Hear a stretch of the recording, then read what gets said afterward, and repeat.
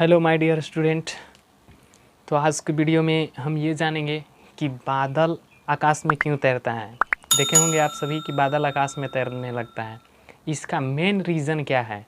अगर 1 नंबर में क्वेश्चन आ जाए कि आकाश में बादल क्यों तैरते हैं, तो ये सीधा जवाब इसका देना है कि अल्प घनत्व के कारण। अल्प घनत्व के कारण बादल तैरने लगते हैं। ऐसा थोड़ी ना होता है कि उसमें पक्षी की तरह पंख लगाया हुआ रहता है जिसकी वजह से बादल तैरने लगता है, उड़ने लगता है। तो ये सब नहीं है, पाँख में कुछ भी नहीं रहता है।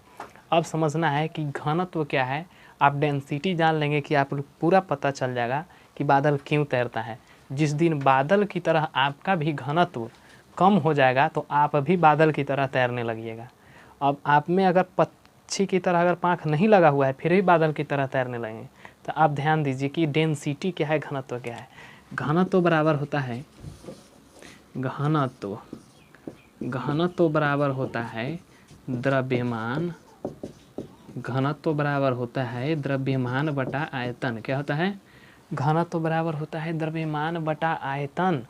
तो जो बादल होते हैं, जो ये बादल होते हैं वो क्या होता है, इसका द्रव्यमान बहुत ही कम होता है। क्या होता है?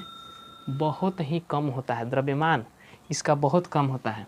तो समझिए कि ये द्रव्यमान कम होता है और आयतन बहुत अधिक होता है।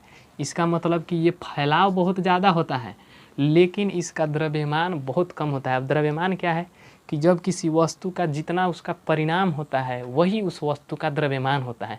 तो द्रव्यमान समझ लीजिए कि जिस वस्तु में अगर द्रव्यमान कम हो और आयतन बहुत ज़्यादा है, जैसे गुब्बारा के देखें हैं, गुब्बारा इस तरह से रहता है, उसको बच्चा क्या करता है, पकड़े रहता है। ये बिना इसको उड़ाए ही ऐसे ही उड़ते रहता है। अगर गुब्बारा किस तरह से छोड़ दिया जाए तो नीचे नहीं बैठेगा, ये उड़ना शुरू करेगा क्योंकि इसका भी ये द्रव्यमान कम होता है और आयतन देखिए तो इतना में आयतन ले लिया, जबकि इसका द्रव्यमान क्या होता है, बहुत कम होता है, हल्का होता है, जिसके वजह से क्या होता है, ये भी उड़ने लगता है। तो घनत्व ये बादल में यही होता है। मेन रीज़न यही है कि इसका द्रव्यमान बहुत ही कम होता है और आयतन बहुत ज़्यादा होता है, जिसके वजह से आकाश में आराम से तैरने लगता है।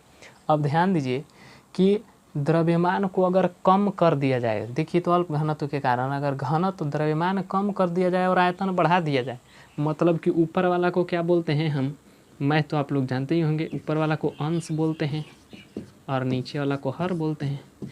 इसको हर और इसको अंश बोलते हैं। अंश के वैल्यू यदि कम कर दिया जाए तो घनत्व भी कम हो जाएगा। क्वेश्चन इस तरह से पूछता है कि यदि घनत्व किसी वस्तु का द्रव्यमान कम कर दिया जाए तो घनत्व पर प्रभाव क्या पड़ेगा, घटेगा या बढ़ेगा या अपरिवर्तित रहेगा। तो इस तरह के अक्सर स्टूडेंट गलती करते हैं।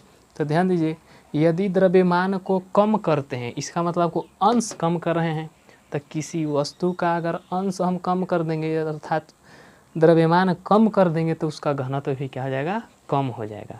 दूसरी ये पूछता है कि यदि आयतन में वृद्धि कर दिया जाए तो आयतन में जब वृद्धि कर देंगे तो उसका घनत्व क्या हो जाएगा, कम जाएगा। देख रहे हैं, इसका अगर बढ़ाते हैं तब कम रहा है, इसको कम कर रहे हैं तब ये कम कर रहा है। इसका मतलब ये हुआ कि ये जो बादल होता है उसमें द्रव्यमान बहुत कम होता है तथा आयतन बहुत अधिक होता है। आयतन समझिए कि आयतन क्या है। तो आयतन एक डब्बा ले लीजिए, है ना। चलिए ये देखिए, ये बोतल है, तो इस बोतल में जितना पानी अटा हुआ है वही इस वस्तु का क्या हो जाएगा, आयतन हो जाएगा। समझ में आ गई बात।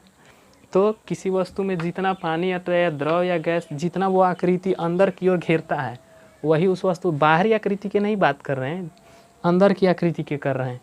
तो बाहरी वाला तो वो क्षेत्रफल हो जाएगा, अंदर जितना उसमें पानी अट रहा है वही उस वस्तु का क्या हो जाएगा, आयतन हो जाएगा। तो आयतन बहुत अधिक होता है, द्रव्यमान बहुत ज़्यादा होता है, जिसके वजह से घनत्व इसका अल्प होता है। अल्प घनत्व के कारण, किस घनत्व के कारण, अल्प या कम घनत्व के कारण क्या होता है, बादल आकाश में तैरने लगता है। तो फिर मिलेंगे एक बहुत अच्छे जमदार वीडियो लेकर के नेक्स्ट वीडियो में। आज तक यहीं तक, जय हिंद।